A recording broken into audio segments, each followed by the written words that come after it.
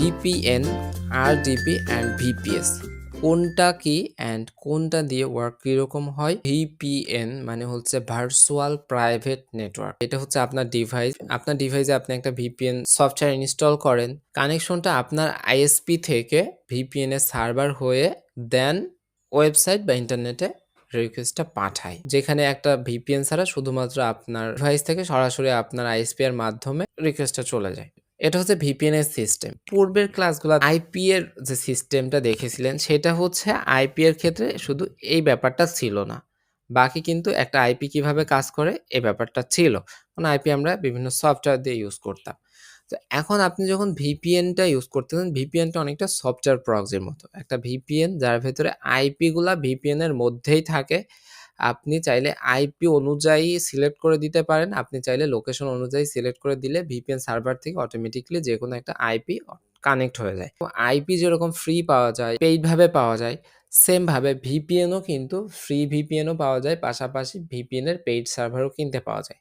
এখন আপনার কাজটা বেটার হবে কি হবে না এইটা ডিপেন্ড করবে আপনি যে ভিপিএনটা ইউজ করতেছেন ওই ভিপিএনটা আপনার জন্য যে আইপিটা দিতেছে ওই আইপিটা IPv4 নাকি 6 নাকি এইচটিটিপি নাকি সক্স নাকি রোটেটিং নাকি স্ট্যাটিক নাকি ডাটা সেন্টার নাকি রেসিডেন্সিয়াল এইগুলার মধ্যে আমরা গত ভিডিওতে যে ব্যাপারগুলো বলেছিলাম সেই আইপি এর গুণাবলীগুলা যে ভিপিএন এর আইপি গুলার মধ্যে থাকবে আপনি সেই ভিপিএন দিয়ে কাজ করতে পারবেন। এটা যদি রেসিডেন্সিয়াল বা যেরকম আইপি প্রয়োজন ওই রকম হয় তাহলে ভিপিএন দিয়ে আপনি কাজ করতে পারবেন।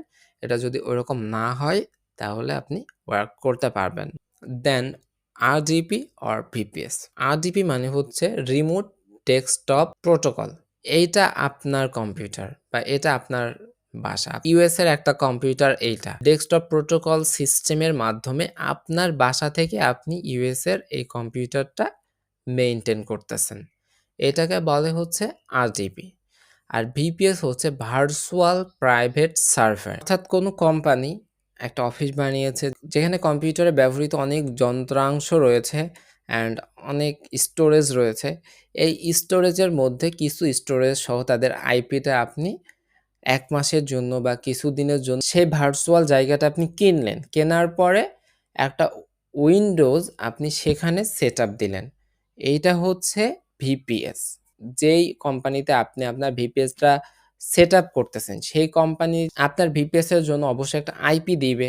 সেই আইপিটা যদি বেটার না হয় সেই আইপিটা আমাদের যে ধরনের আইপি প্রয়োজন সেরকম যদি না হয় তাহলে কিন্তু ওই ভিপিএস দিয়ে কাজ হবে না। যদি আপনার ভিপিএস এর আইপিটা ডাটা সেন্টার হয়ে থাকে বা যদি আপনার ভিপিএস এর আইপিটা রেসিডেন্সিয়াল না হয়, কোয়ালিটি ভালো না হয় তাহলে কিন্তু আপনি ৳১,০০,০০০ দিয়ে ভিপিএস কিনে ব্যবহার করলেও আপনার কিন্তু ভালো ওয়ার্ক হবে না। ভিপিএস মানেই যে ভালো ওয়ার্ক ব্যাপারটা এরকম না। সেম ভাবে আরডিপি এর ক্ষেত্রেও তাই।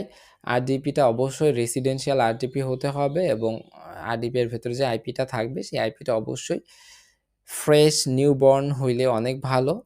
বাট যদি ফ্রেশ নিউবর্ন না হয়, ইউজড হইলে যেটা হয় সেটা হচ্ছে অনেক সময় আমি একটা আরডিপি নিলাম, নেওয়ার পরে ১ মাস ইউজ করে প্রচুর ব্যান-ট্যান খেয়ে বা ভুলভালভাবে কাজ করে ছেড়ে দিলাম। আপনি ইউজড আরডিপি হিসাবে ওই আরডিপিটা যদি আবার ওই কোম্পানি থেকে কিনেন, সেই ক্ষেত্রে আরডিপিটা হয়তো উইন্ডোজ দিয়ে দিলে মোটামুটি কাজ হতে পারে। উইন্ডোজ না দেওয়া থাকলে বা ওই আইপিটা যেহেতু আগেই অনেক ওয়েবসাইটে ভুলভাল করার কারণে ব্ল্যাক লিস্টেড মতো হয়ে যায়, সেই ক্ষেত্রে অনেক সময় প্রবলেম হতে পারে।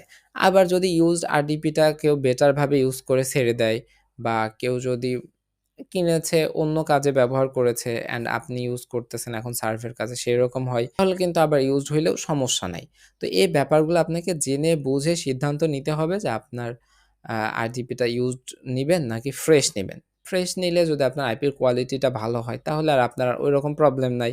ফার্স্ট মাসে বেশি প্রাইস পড়লে পরবর্তী মাস থেকে কিন্তু আপনার প্রাইসটা অনেক কম পড়ে। সো আপনি চাইলে ভিপিএস, আরডিপি, ভিপিএন যেটা হোক ইউজ করেন সবসময় এর আইপি এর কোয়ালিটি বা এর কোয়ালিটিটা খেয়াল রাখতে হবে তাহলেই হবে। আইপি থেকে শুরু করে ভিপিএন, ভিপিএস যেকোনো সার্ভিসের জন্য চাইলে আপনি আমাদের অনলাইন earnsolution.shop ভিজিট করতে পারেন। এখান থেকে অর্ডার করতে পারেন অ্যান্ড কোনো সার্ভিস এখানে লিস্টেড না থাকলে আপনি আপনি আমাদেরকে বলতে পারেন, আমরা সেগুলা ব্যবস্থা করে দেওয়ার চেষ্টা করব। এবং ভিডিওগুলা অবশ্যই আপনার বন্ধুদের সাথে শেয়ার করবেন। চ্যানেলে নতুন হয়ে থাকলে অবশ্যই সাবস্ক্রাইব করবেন। সবার জন্য শুভকামনা ব্যক্ত করে আজকের ভিডিওটা আমরা এখানেই শেষ করছি। আল্লাহ হাফেজ।